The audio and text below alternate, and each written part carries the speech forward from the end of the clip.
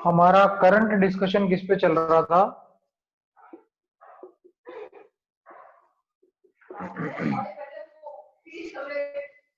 Series LCR circuit, ठीक है, इसके बारे में हम लोग डिस्कशन कर रहे थे।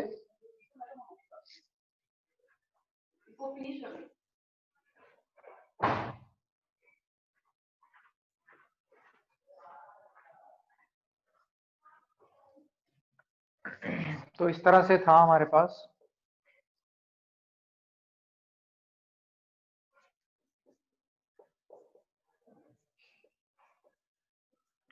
I is equal to I not sine omega t, ठीक है।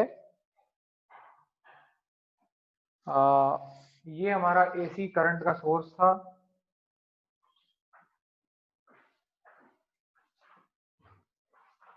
ठीक है, अभी अगर हमको करंट दिया होता है तो आप लोग ये बहुत अच्छे से जानते हैं कि हमको वोल्टेज तक जाना होता है, तो हमने वोल्टेज की इक्वेशन क्या एज्यूम कर ली?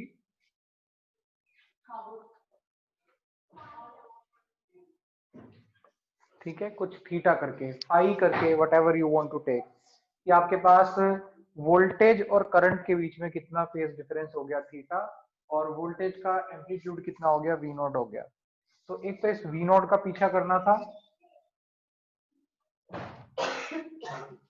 और एक इस थीटा को चेज करना था। ठीक है, these are the two things which we have to chase in this particular question. इस क्वेश्चन में हमें ये दो चीजें चेज करनी होती है, मैं जल्दी से करवा देता हूँ बिकॉज क्वेश्चन ये बहुत ज्यादा इंपॉर्टेंट है।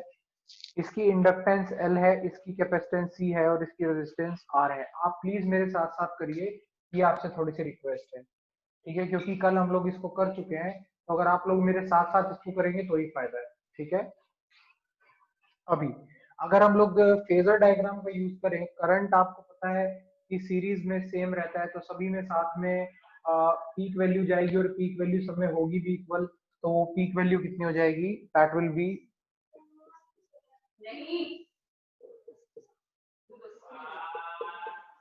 क्लियर हुआ? I nought I nought I nought. सभी लोग हाँ या ना बोलिए इस बात पे। यस धुन बेटा, यस सर।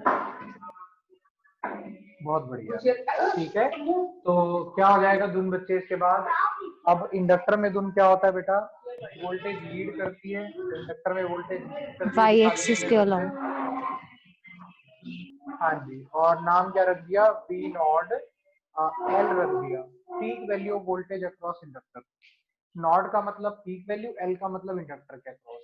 उसके बाद कैपेसिटर में लैग करती है, तो peak value of voltage across capacitor, लेकिन इन रेजिस्टेंस में हाथों हाथ चलती है, साथ साथ चलती है, तो नाम रख दिया वी नॉट आर। ये प्रीवियस नॉलेज, जो पिछले तीनों सर्किट पढ़े हैं, ये उसकी नॉलेज के बेसिस पे हम लोगों ने बता दिया। ठीक है, अब हमसे किसी ने कह दिया कि भाई इसका फेजर डायग्राम जरा बना दे, हमने कहा बिल्कुल बनाएंगे। तो फेजर डायग्राम जब हम इसका कंबाइंड बनाने लगे, तो हमने कहा ये हो गई वाई एक्सिस, ये हो गई एक्स एक्सिस। ठीक है, अभी इक्वेशन गिवन किसकी है? हमेशा गिवन जो होता है उसका फेजर बनता है सबसे पहले। हाँ मैं दे रहा हूँ, ठीक है। I is equal to I not sine omega t. ठीक है, इक्वेशन गिवन है आपको किसकी? करंट की। तो करंट का फेजर आप सबसे पहले ड्रॉ करेंगे। ठीक है, तो ये हो गया आपके पास कितना? Omega t. ठीक है, तो आपको पता है इस तरफ कंपोनेंट कितना हो जाएगा? वाई कंपोनेंट कितना हो जाएगा? I not sine omega t. This is very very easy. लिखेंगे नहीं लेकिन, क्योंकि आपके डायग्राम में हम नहीं चाहते कि कुछ भीड़ भाड़ रहे। ठीक है, ये हो गया आपके पास। तो अब इसके बाद सभी की वोल्टेज भी ड्रॉ कर देंगे। हम लोग देख चुके हैं वहां पे कि जो वोल्टेज किसके अक्रॉस है इंडक्टर के, वो 90 डिग्री से लीड कर रही है, जो कैपेसिटर के अक्रॉस है वो 90 डिग्री से लैग कर रही है, और रेजिस्टेंस वाली तो इसी के अक्रॉस ही है। क्लियर हो गया ये हम सबको? ठीक है, अब हम सब लोग ये बहुत अच्छे से जानते हैं, we are very well aware कि हमारे पास ये वाला हिस्सा हम यहाँ से उड़ा देंगे, तो विच मीन हमारे पास वोल्टेज क्या रह जाएगी? This much. और ये वैल्यू कितनी आएगी मेरे बच्चे? This is equal to V not L minus V not C. ठीक है, और ये वी नॉट आ रहा है, इन दोनों का रिजल्टेंट कितना आ जाएगा?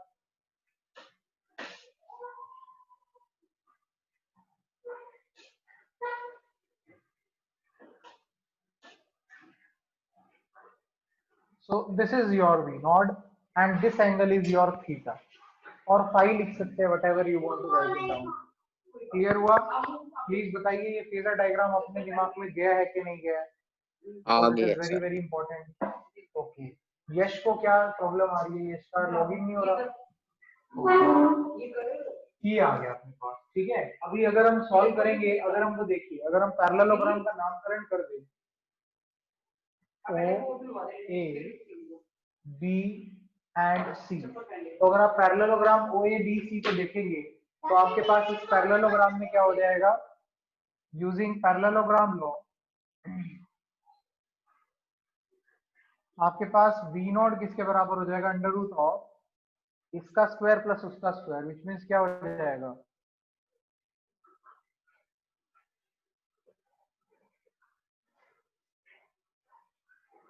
तो ये V नॉट आ गया आपके पास. ठीक है, so this is the value of V not. Clear हुआ कि नहीं हुआ सब लोगों को? And what is theta equal to? Phi लिखते हैं वैसे उसको, थीटा नहीं लिखते, तो मैं यहाँ फाई ही लिख देता हूँ बिकॉज बुक्स में आपको फाई लिखा हुआ मिलेगा, बट मैं थोड़ा चाह रहा हूँ कि आप मेरे साथ साथ करें इसको. ठीक है, तो टेंजेंट ऑफ फाई कितना हो जाएगा? It is equal to perpendicular. What is perpendicular?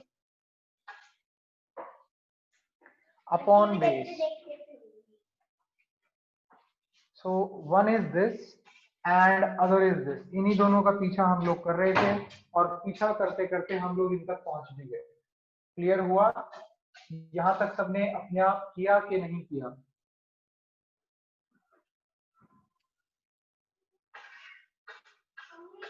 करना चाहिए था. ठीक है, नहीं किया तो इट्स ओके, अदरवाइज करना चाहिए था.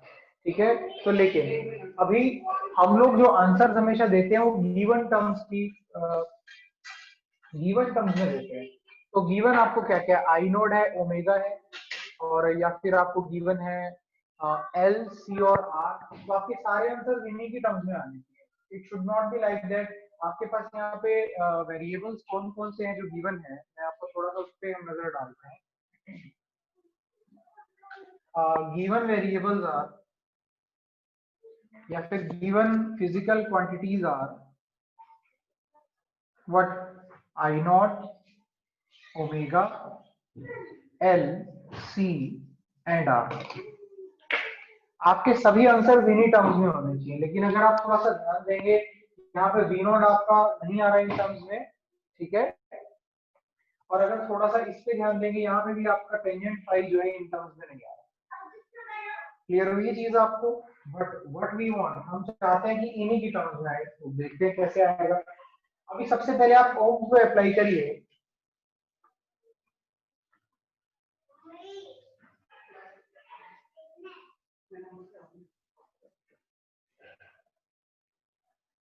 सबसे पहले रेजिस्टेंस पे, तो वी नॉट आर किसके बराबर आ जाएगा? आई नॉट इंटू में आर के. फिर अप्लाई करते हैं इंडक्टर पे, तो आपका वी नॉट एल किसके बराबर हो जाएगा? आई नॉट इंटू में एक्सएल के. और फिर अप्लाई करते हैं कैपेसिटर पे,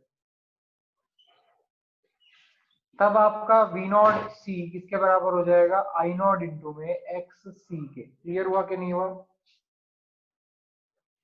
हाँ जी बच्चा लोग प्लीज बताइए. मैंने सिंपली कुछ आ नहीं गया किया, सर। मैंने ओम्स, हाँ जी मैंने ओम्स पे अप्लाई किया है. किस पे?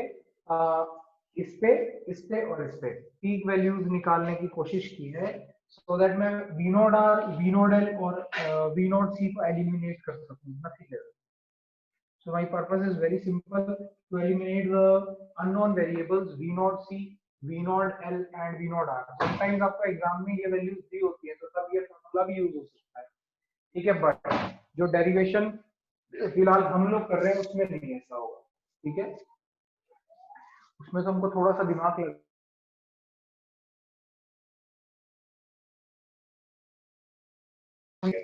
If it is clear, then say yes. Otherwise, ask me to repeat. Yes. Okay.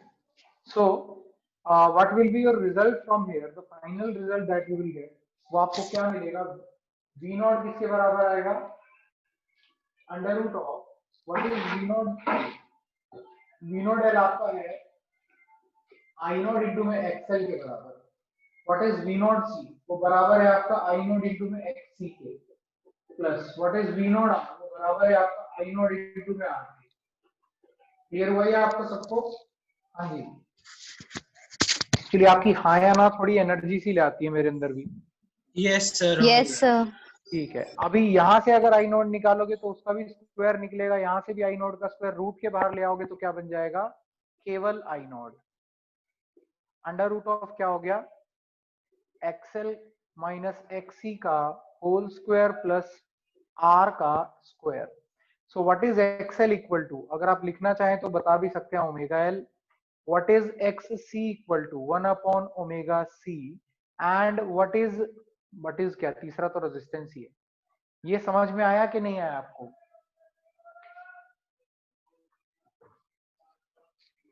It is really very easy. तो विच मीन्स अब आप उन टर्म्स में ले आए अपने आंसर को जो टर्म्स आपको गिवन थी। ठीक है, सो आफ्टर दैट इसके बाद आपके पास टेंजेंट ऑफ फाई किसके बराबर हो जाएगा, tangent of phi is equal to V not L था, तो which means I nought into XL minus क्या था, V not C, which means I nought into X C divided by क्या हो जाएगा, I nought into R. So I nought get cancelled out. So what is tangent phi equal to, it is equal to xl minus xc upon r. Got it मेरे बच्चे और not? हाँ जी बेटा लोग बोलिए जल्दी से। Yes sir. Yes, sir. Okay, Yes, so sir. now we have conclusion regarding the complete LCR circuit, and what is that conclusion?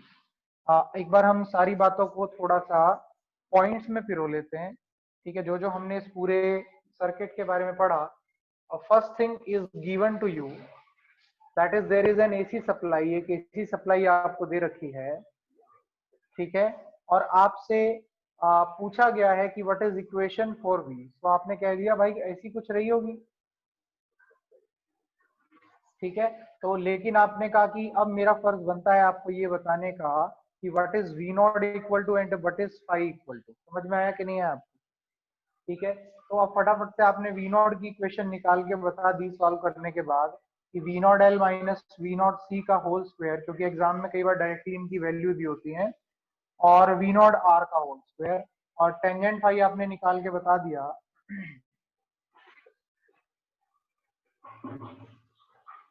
ठीक है, so this is number one, this is form number one. Now what is form number two, फिर आपने क्या किया, आपने substitutions किए और आपने क्या वैल्यू निकाल के बताई, the variables which are given to you. ठीक है, what is XL equal to, आपने आखिरी में ये पॉइंट्स लिखने हैं। एक्सएल इक्वल टू क्या हो गया, ओमेगा एल, और एक्स सी क्या हो गया, 1 अपॉन ओमेगा सी। ठीक है, and what is your tangent phi equal to in this form, it is equal to xl minus xc upon r. So this is second form of answer that you can give. Got it बच्चे? So this is complete conclusion of your LCR circuit. ठीक है, आप and में ये लिख सकते हैं because LCR circuit को पढ़ के आपने ये सब निकाला है। ठीक है, ओके, सो अब कुछ स्पेशल पॉइंट्स हैं LCR सर्किट के बारे में, we need to discuss those points. What are those points? देखिए, अभी आप सिर्फ किसको ध्यान से देखिए। हाँ जी, हाँ जी, right now just look at this particular formula only, इसको ध्यान से देखिए। तो some special points regarding,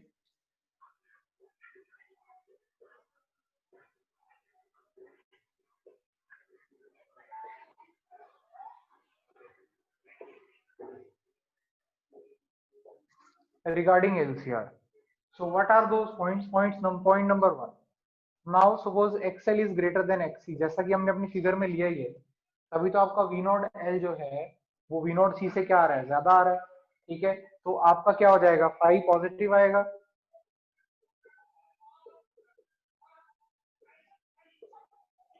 check कर सकते हैं आप, XL बड़ा और XC छोटा, तो टेंजेंट ऑफ फाई कैसा आएगा, नेगेटिव आएगा, पॉजिटिव आएगा। हाँ जी, से यस और no? Yes, sir. XL XL XC से बड़ा तो आपके पास टेंजेंट ऑफ आई कैसा आएगा, पॉजिटिव आएगा। इसका मतलब आपका आई किसके बराबर है, आई नॉट साइन ओमेगा टी, और v किसके बराबर है, v not sine omega t plus 5। इसका मतलब ओमेगा टी में कुछ ऐड हो रहा है, इसका मतलब v लीड कर रहा है किसको, कौन से सर्किट में ऐसा होता है कि पाई बाय 2 से लीड करता है, इसमें पाई बाय 2 से नहीं कर रहा, पाई से लीड कर रहा है, लेकिन कौन से सर्किट में पाई बाय 2 से लीड करता है।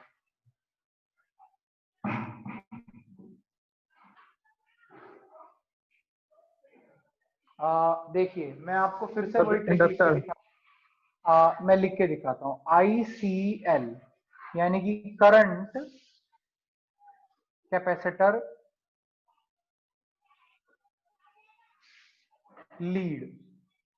तो इसका मतलब आपके पास जो इंडक्टर होगा उसमें कौन लीड करेगा, आपका वोल्टेज लीड करेगा। समझ में आया कि नहीं आया आपको ये, प्लीज बताइए। क्योंकि अगर कैपेसिटर सर्किट में पाई बाय 2 से करंट लीड कर रहा है, तो इंडक्टर सर्किट में पाई बाय 2 से कौन लीड करेगा, वोल्टेज लीड करेगा, और करंट क्या करेगा, लैग करेगा। हाँ या ना बोलिए इस बात पे। हाँ जी, yes sir. Indian cricket league, लेकिन हमारी फुल फॉर्म क्या है, करंट कैपेसिटर लीड। क्लियर हो गया। तो इंडक्टर में कौन लीड करेगा, इंडक्टर में लीड करेगा, इसका मतलब वोल्टेज, यानी इस वाले सर्किट का नेचर क्या हो गया, therefore nature of the circuit is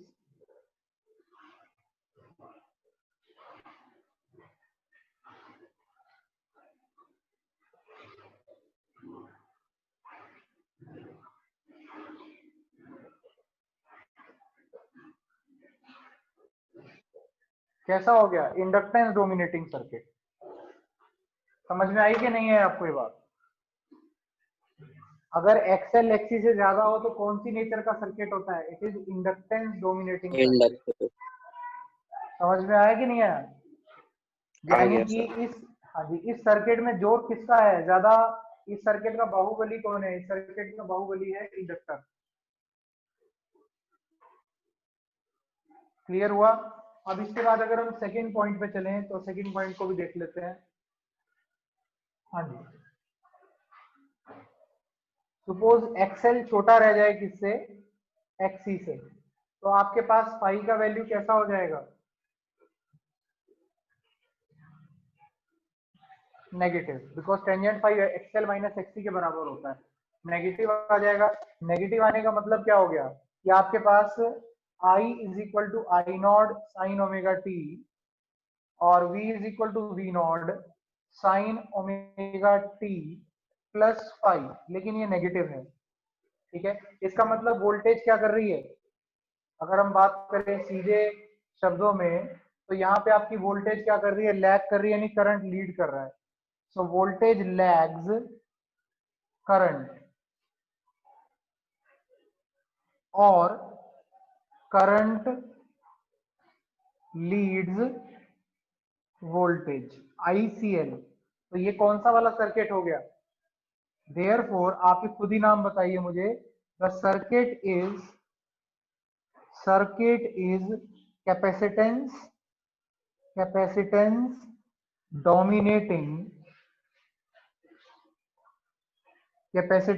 dominating circuit. ये सर्किट आपका कैसा होगा, it is capacitance dominating circuit, and this is very easy to understand, ये समझने में बहुत आसान है। यानी कि इस सर्किट की पे हुकूमत किसकी चलेगी, कैपेसिटर की, ये ज्यादा कैपेसिटर की तरह चलेगा, यानी कि यहाँ पे आपका करंट जो है वो लीड करेगा किसको, वोल्टेज को। ठीक है, अब तीसरा और सबसे इंपॉर्टेंट सर्किट जो कि एग्जामिनेशन पॉइंट ऑफ व्यू से बहुत ज्यादा इंपॉर्टेंट है, तीसरा सबसे इंपॉर्टेंट केस, जब ये आपस में क्या हो जाए, बराबर हो जाए। ठीक है,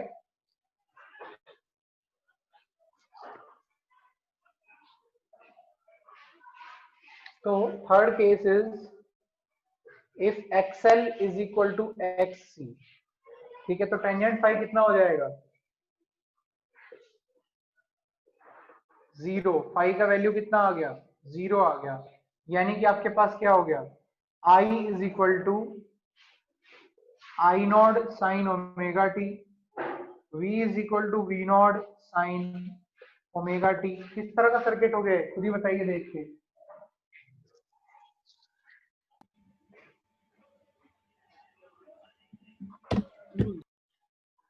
कैसा सर्किट हुआ ये,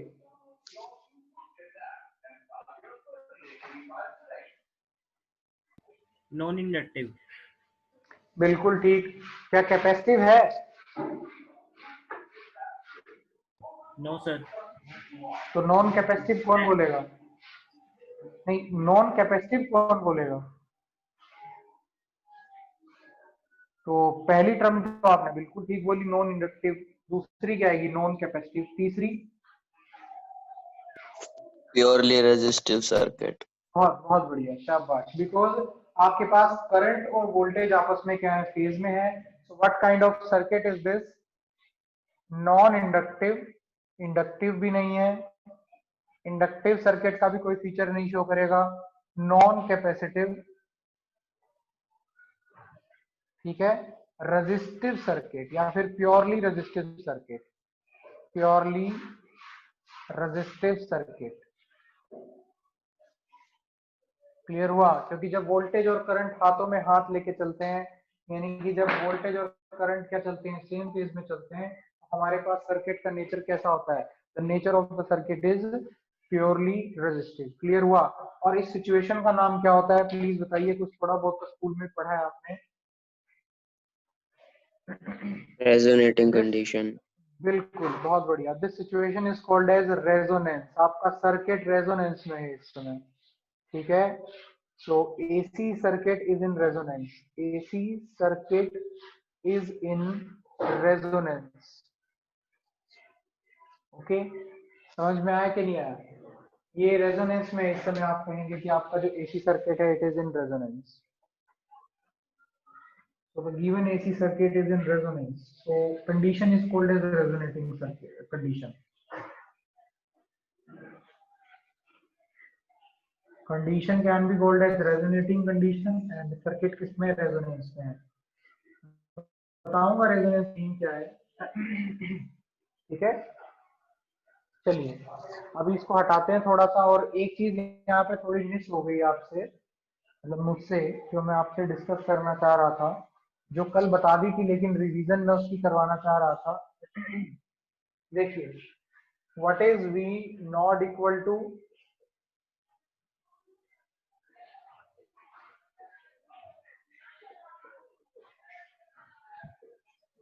ठीक है। So why we call it resonating condition, क्यों हम इसको रेजोनेटिंग कंडीशन बोलते हैं।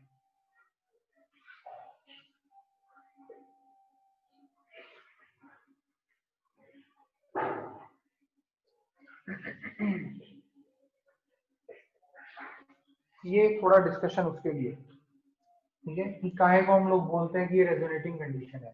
तो कल मैंने आपको थोड़ा सा बताया था कि V not by I not कर देंगे तो सामने क्या बच जाएगा, ठीक है। इसको अपन लोग Z बोलते हैं और इसके यूनिट्स किसके होने चाहिए, रेजिस्टेंस के।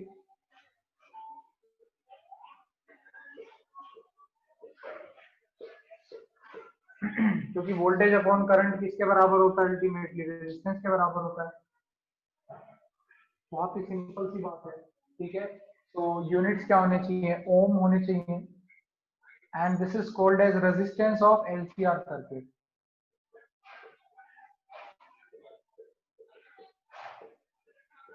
And what is its name, impedance is the name given। Check करना DANCE आएगा या DENCE, नोट छोड़ो, ठीक है। impedance of an AC circuit, clear हुआ अपने को। तो this is what we call Z। So अभी ये तो एक फॉर्म हो गई इसकी, ये तो वन फॉर्म हो गई। लेकिन अगर मैं करंट निकालने की बात करूं, सपोज आपको वोल्टेज दे रखी है और आपको करंट निकालना है,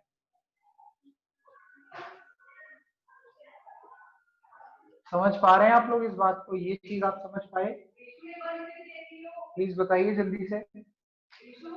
हाँ, So are you able to understand this line written? ये जो मैंने सबसे नीचे लिखा, कुछ भी नहीं किया, V naught by impedance of the circuit is equal to I naught लिख दिया. So please पहले ये बताइए क्लियर हुआ या नहीं हुआ. इस कहानी को कंटिन्यू करते हैं. मैं जरा दोबारा से लेक्चर स्टार्ट कर रहा हूँ. ठीक है, आप लोग प्लीज रीजॉइन करिए इमीडिएटली. लिंक भेज रहा हूँ मैं आपको. नहीं, अभी तो 5 मिनट है. We still have 5 minute. ठीक है, इसको तो खत्म कर लेंगे हम. तो V not by Z is equal to क्या हो जाएगा? I नॉट हो जाएगा. ये समझ में नहीं आया बेटा? मैंने इसको यहाँ नीचे लिख दिया. से यस और नो. हाँ देखिए, मैंने कुछ भी नहीं किया. मैंने इसको यहाँ लिख दिया और I नॉट को ऊपर लिख दिया. प्लीज बता दीजिए ये चीज हुई या नहीं हुई?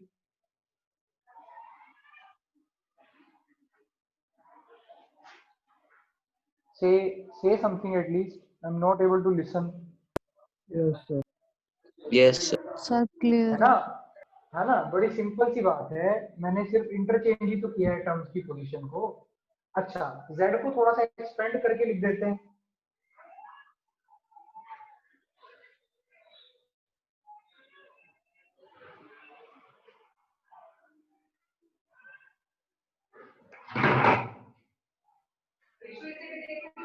देख लिया यार. हाँ जी, क्लियर हुई ये चीज आपको? कि ब्लैक से लिखूं विजिबल ना हो तो? होगी सर क्लियर. विजिबल है सर. है विजिबल. अच्छा, तो अब आप मुझे बस इतनी सी चीज बता दीजिए. जो मेरा एक छोटा सा क्वेश्चन आपसे है, आई नोट का वैल्यू मैक्सिमम कब आएगा?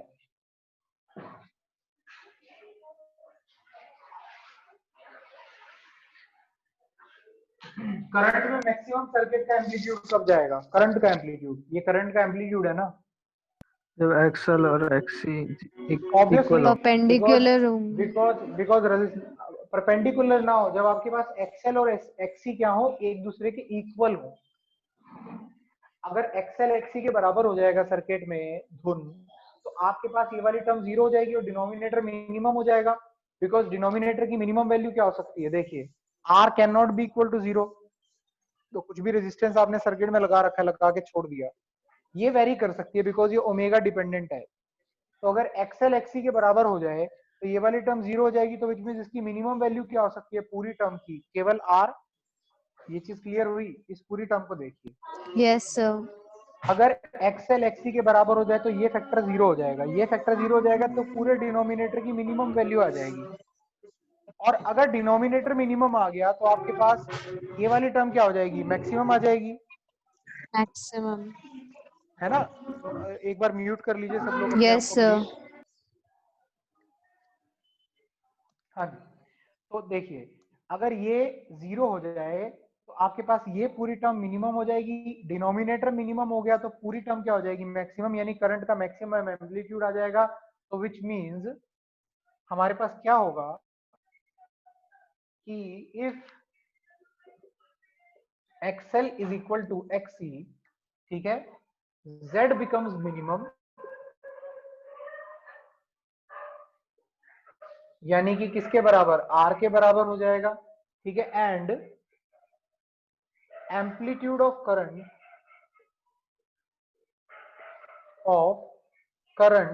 यानी peak value of current in the circuit reaches maximum value. ठीक है, and this condition is called as resonating condition. आपको याद होगा पिछले साल भी बताया था मैंने आपको, इस साल भी बताया था. is called as resonating condition.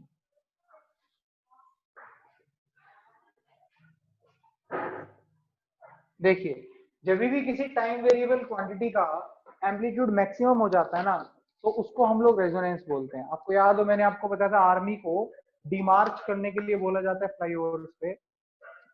Y? Because अगर उनके चलने की फ्रीक्वेंसी फ्लाईओवर के वाइब्रेट करने की फ्रीक्वेंसी के बराबर हो जाए तो आपका फ्लाईओवर मैक्सिमम एम्पलीट्यूड से क्या करेगा? वाइब्रेट करेगा. So that condition is called as resonance. ठीक है, आप किसी को झूला दे रहे हैं, अगर इसके झूलने की फ्रीक्वेंसी और आपके झूला देने की फ्रीक्वेंसी बराबर हो जाए तो ये मैक्सिमम एम्पलीट्यूड से ऑसिलेट करना स्टार्ट कर देगा। क्लियर हुआ कि नहीं हुआ आपको? तो आपका अगर एक्सएल एक्सी के बराबर हो जाए तो सर्किट के अंदर जो करंट फ्लो कर रहा है वो मैक्सिमम हो जाएगा, एंड आपके पास कोई टाइम वेरिएबल क्वांटिटी जब मैक्सिमम हो जाती है तो उसी कंडीशन को क्या बोलते हैं? रेजोनेंस। जिस फ्रीक्वेंसी की वैल्यू के लिए वो बराबर होती है वो फ्रीक्वेंसी होती है रेजोनेटिंग फ्रीक्वेंसी। दोबारा स्टार्ट कर रहा हूं मैं। हाँ जी, तो देखिए जरा एक मिनट।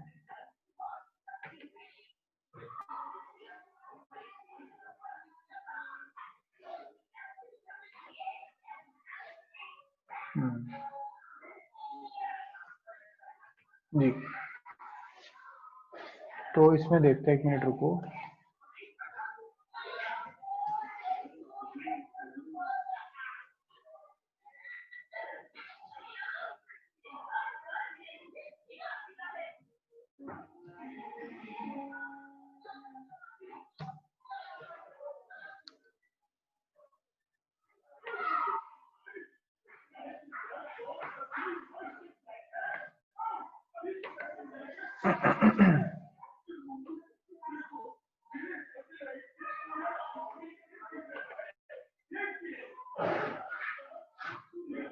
देखिए, अगर आप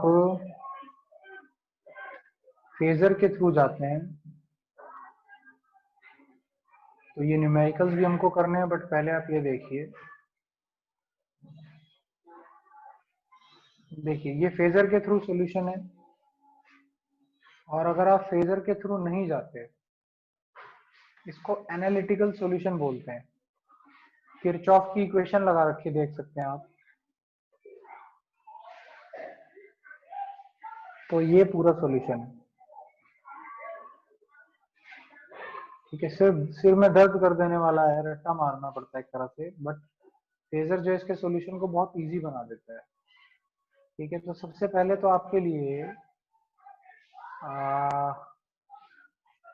जो क्वेश्चन है वो जस्ट होल्ड ऑन, ये रहा। फिर इसको 7.1 को करिए, सॉल्यूशन नहीं देखना है। आपको दे रखा है if light bulb is rated eight 100 what, और यहाँ पावर का कॉन्सेप्ट आ गया। छोड़िए जरा इसको एक मिनट, बिकॉज पावर अभी हमने डिस्कस नहीं किया। जस्ट होल्ड ऑन, रुकिए एक मिनट। ये करिए। यहाँ पे याद रखिएगा, जो भी वोल्टेज दे रखी है उस वोल्टेज का मतलब होता है आरएमएस वोल्टेज। ये थोड़ी चीज याद रखिएगा। तो करंट भी जो निकलेगा वो आरएमएस ही निकलेगा, ठीक है। निकालिए जरा, बिकॉज आपको बताया था कि आरएमएस वैल्यू रीड करता है जो हीट बेस्ड एमीटर या वोल्ट मीटर होता है। तो विच मीन्स आपकी सारी की सारी जो वैल्यूज हैं वोल्टेज या करंट की वो आरएमएस दी होंगी आपको। करिए इसको प्लीज जल्दी से।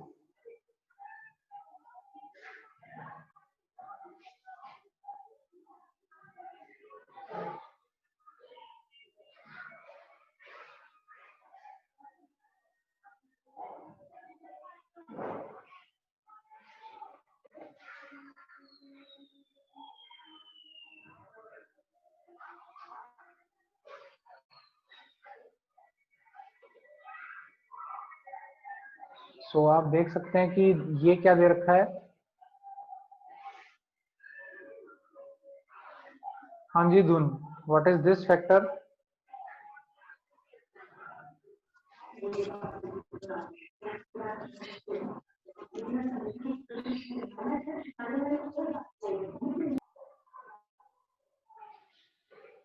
आर्यन, ये क्या दिया हुआ है आपको?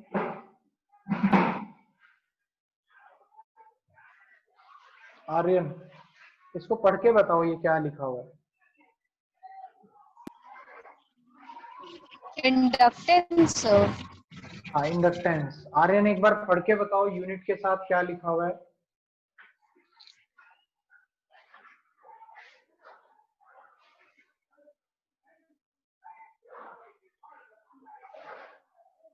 आर्यन, यूनिट्स के साथ मैं चाह रहा था आप मुझे पढ़ के बता देते लिखा क्या हुआ है।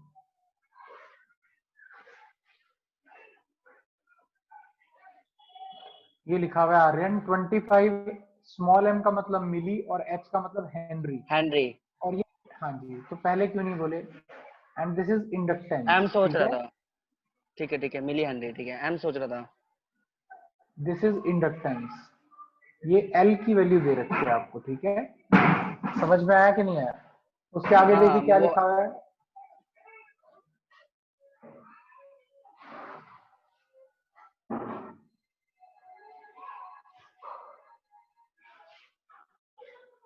उसके आगे लिखा हुआ है is connected to a source of 220 volt, यानी ये RMS value of the voltage कितनी है, 220 volt. Find out the inductive reactance, सबसे पहले तो एक्सएल निकालना है, और उसके बाद RMS value of the current if frequency is 50 hertz. तो यानी कि आपसे पूछा गया है कि what is XL equal to, and जो दूसरी चीज आपसे पूछी गई है वो पूछी गई है आई आर एम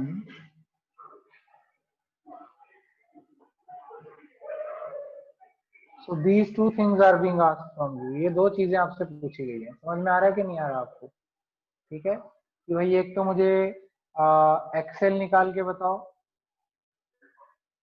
ठीक है, और दूसरा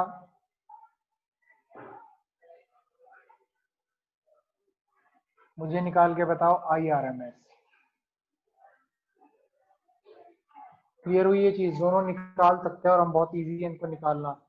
तो मैं निकाल के दिखा देता हूँ आपको, आइए जरा बोर्ड पे एक बार।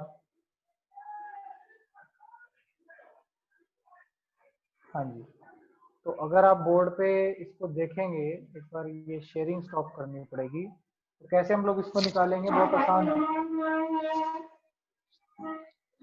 आंसर नहीं दिया आप में से किसी ने, तो एक्सएल की वैल्यू क्या होती है, ओमेगा एल, और ओमेगा किसके बराबर होता है, 2 पाई इंटू में फ्रीक्वेंसी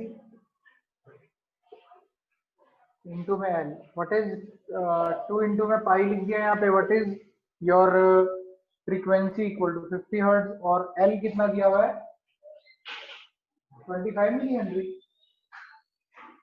हाँ जी, Yes.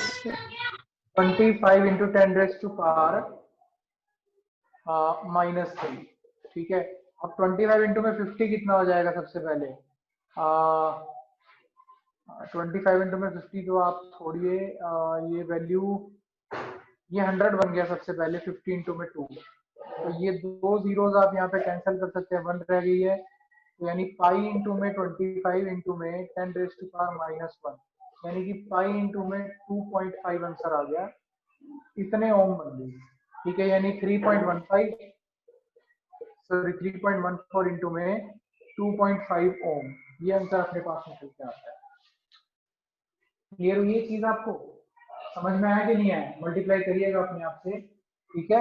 उसके बाद वैसे कर भी सकते हैं, 25 4 का 100 आ जाएगा, ठीक है, और 10 ऊपर चला गया, 25 1 जा 25 और 10 35 3 25 3 जा 75 75 एंड 3 78, तो कितना बन गया, दो डेसिमल चले गए 3, 7.850 ओम आ गया। अभी आपसे अगली चीज क्या पूछ रखी है इसमें, वी आर एम एस आपको दे रखा है, it is equal to 220 volt, ठीक है। आई आर एम एस की वैल्यू आपसे पूछ रखी है इसमें, तो what is I R M S equal to V R M S divided by XL, क्योंकि ये तो सिर्फ इंडक्टेंस ओनली सर्किट है, तो एक्सएल ही लेंगे, जेड तो पूरा लेने की जरूरत है नहीं, तो कितनी वैल्यू हो जाएगी 220 डिवाइडेड बाय 7.85, ठीक है, and you can solve and get the answer. Clear हुआ? नेक्स्ट क्वेश्चन पे चलते हैं फटाफट से। हाँ जी, तो देखिए फटाफट से नेक्स्ट क्वेश्चन देखते हैं। ये बीच के फिगर बड़े इंपॉर्टेंट है, इन पे भी डिस्कशन करेंगे। 7.3 के बारे में बात करिए जल्दी से, करिए।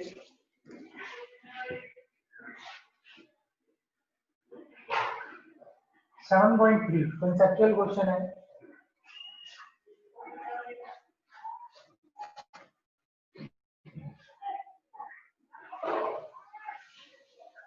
थोड़ा सा जो हाईलाइटेड पॉइंट होता है उनको एक बार देख लिया करो क्या क्या दिया होगा।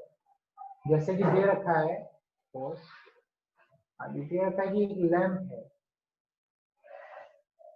ठीक है, is connected in series with a capacitor. These things are important. एक लैंप सीरीज में कैपेसिटर से कनेक्टेड है, तो कहता है predict your observation for DC, जब डीसी के साथ आपने इसको लगा रखा है, एंड एसी कनेक्शन, ठीक है, जब आपने इसको एसी या डीसी कनेक्शन से लगा रखा है, okay, what happens in each case if capacitance of the capacitor is reduced, कि अगर कैपेसिटेंस कैपेसिटर की रिड्यूस करें तो आपके पास मतलब कि कहने का मतलब क्या है कि what happens in each case if capacitor, मतलब क्या होगा उसके बाद आपके पास, ठीक है।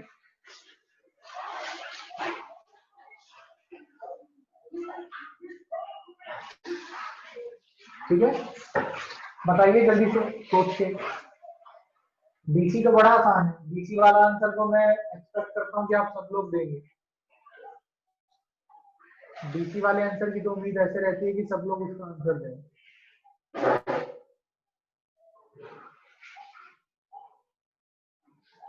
हाँ जी,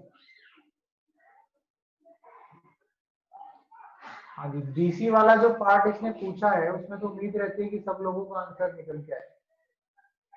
नैन्सी आप बताइए डीसी वाले पार्ट में क्या आंसर होना चाहिए। नैन्सी, नैन्सी हमसे जो इस क्वेश्चन में बोला हुआ है उसमें अगर आप थोड़ा ध्यान देंगी तो अब मैं आपसे ये पूछना चाह रहा हूँ कि जब हमने कैपेसिटर को और बल्ब को डीसी वाले पीस में कनेक्शन कर रखा है तो क्या होता है।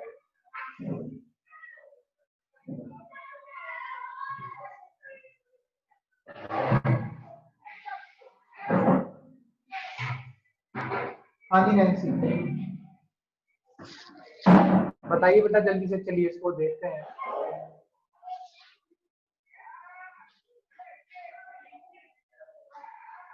तो देखिए बेटा क्या इसमें आपका सॉल्यूशन बनेगा, what will be the solution for this question.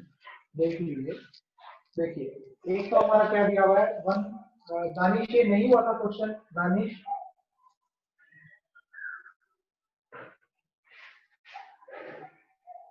हाँ जी दानिश,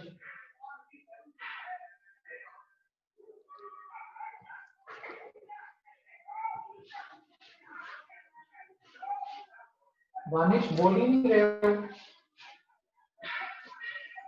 यस सर। हाँ जी, हुआ नहीं था सर आंसर ही सामने था। नहीं, अपनी आंसर क्यों सामने देखते हो, मैंने नहीं पढ़ा सकती मम्मी कसम, मतलब एक आधी लाइन पर नजर चली गई हो तो दैट इज डिफरेंट, मैंने नहीं पढ़ा। तो कोई सामने लिखी हो तो नजर चली गई हो तो दैट इज डिफरेंट, मैंने सिर्फ क्वेश्चन पढ़ा। ठीक है, देखिए अब ये रेजिस्टेंस है, ये कैपेसिटर है। सबसे पहले तो जब आपने डीसी सोर्स लगाया तो डीसी सोर्स तो कैपेसिटर को फुली चार्ज कर देता है with in fraction of second, और उसके बाद करंट सर्किट में कितना हो जाता है, जीरो। पता है कि नहीं, किसके नहीं पता हमको कि आपके पास कैपेसिटर जो है वो डीसी से कनेक्ट होते ही फुली चार्ज हो जाता है बहुत बहुत ही ज्यादा कम टाइम में, और उसके बाद करंट को ब्लॉक कर देता है। पता है या नहीं पता आपको ये, से यस और नो। Yes, sir.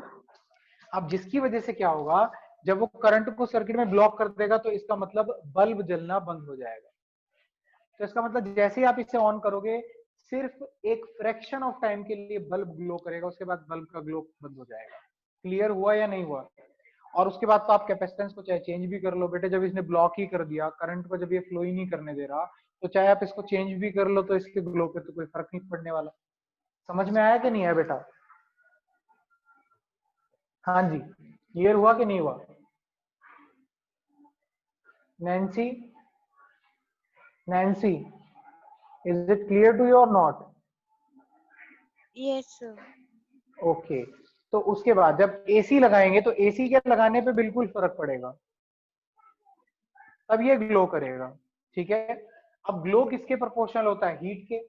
ठीक है, जो भी हीट इसके अंदर अवेलेबल होगी, और हीट किसके प्रोपोर्शनल होती है, करंट के। अब देखिए अब ये करंट को कैसे इफेक्ट करेगा, आपको फॉर्मूला याद होगा, ठीक है। अपॉन में क्या था, अपॉन में z वाज देयर,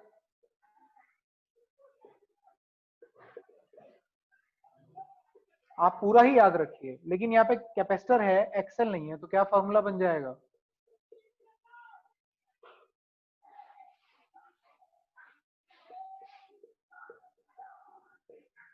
और एक्सेल किसके बराबर होता है, एक्सेल की वैल्यू होती है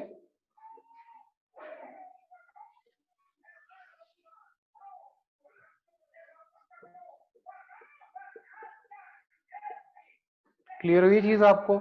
अब वो क्या कह रहा है, वो आपसे, सॉरी कैपेसिटेंस था ना, just hold on for a second बेटा, सी आएगा यहाँ, इंडक्टर नहीं है ना, ये नहीं है, तो इसको उड़ाएंगे, तो ये आएगा 1/ओमेगा।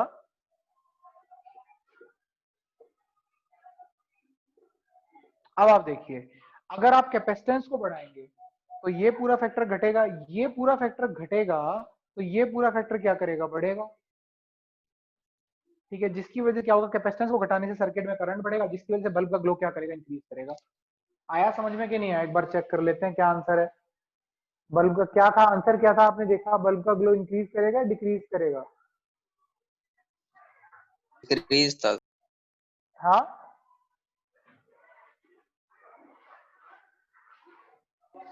डिक्रीज करेगा सर। हाँ, कह रहा है अच्छा कम की थी ना हमने कैपेसिटेंस, ठीक है, वी हैव रिड्यूस्ड एक्चुअली, मैंने, देखिए अगर आप इसको देखेंगे